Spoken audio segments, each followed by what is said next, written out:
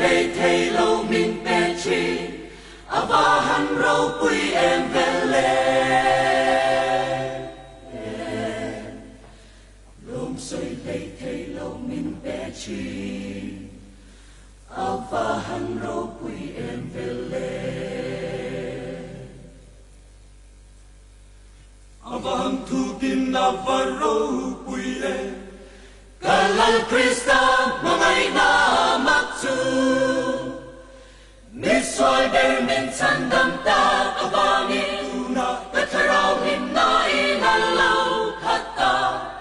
Hallelujah, hallelujah, hallelujah, hallelujah, hallelujah, hallelujah, hallelujah, hallelujah, hallelujah. Tuna o kalim sia tuin kasoy seng love.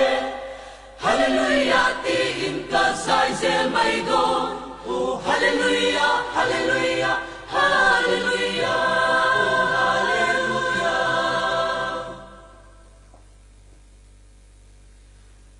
Oh, hmangaihna sang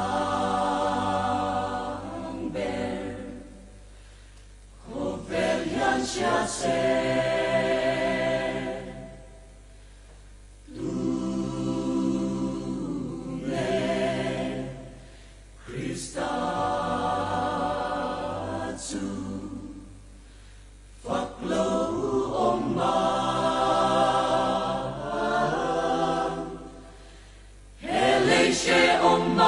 Hlimnain thlarau cha tuan lom na ani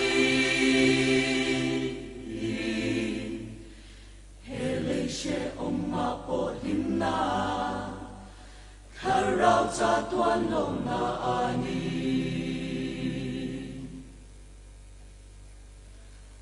oh hmangaihna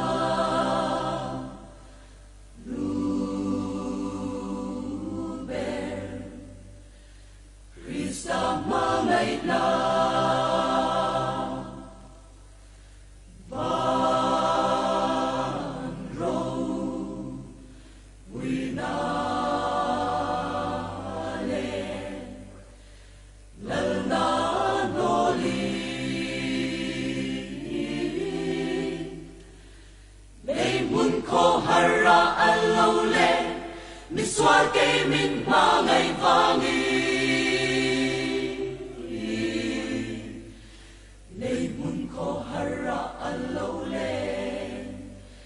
Miswal kay min mangaivangi Avaham tukin avarau puye Kalal Krista hmangaihna maktu Miswal ber min sandam ta kabangin thlarau hlimnain thlarau khat.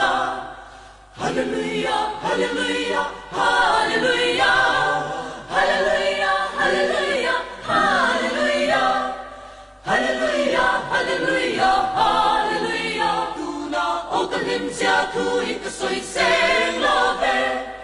Hallelujah, tiin ka sai zel may don. Oh, hallelujah, hallelujah.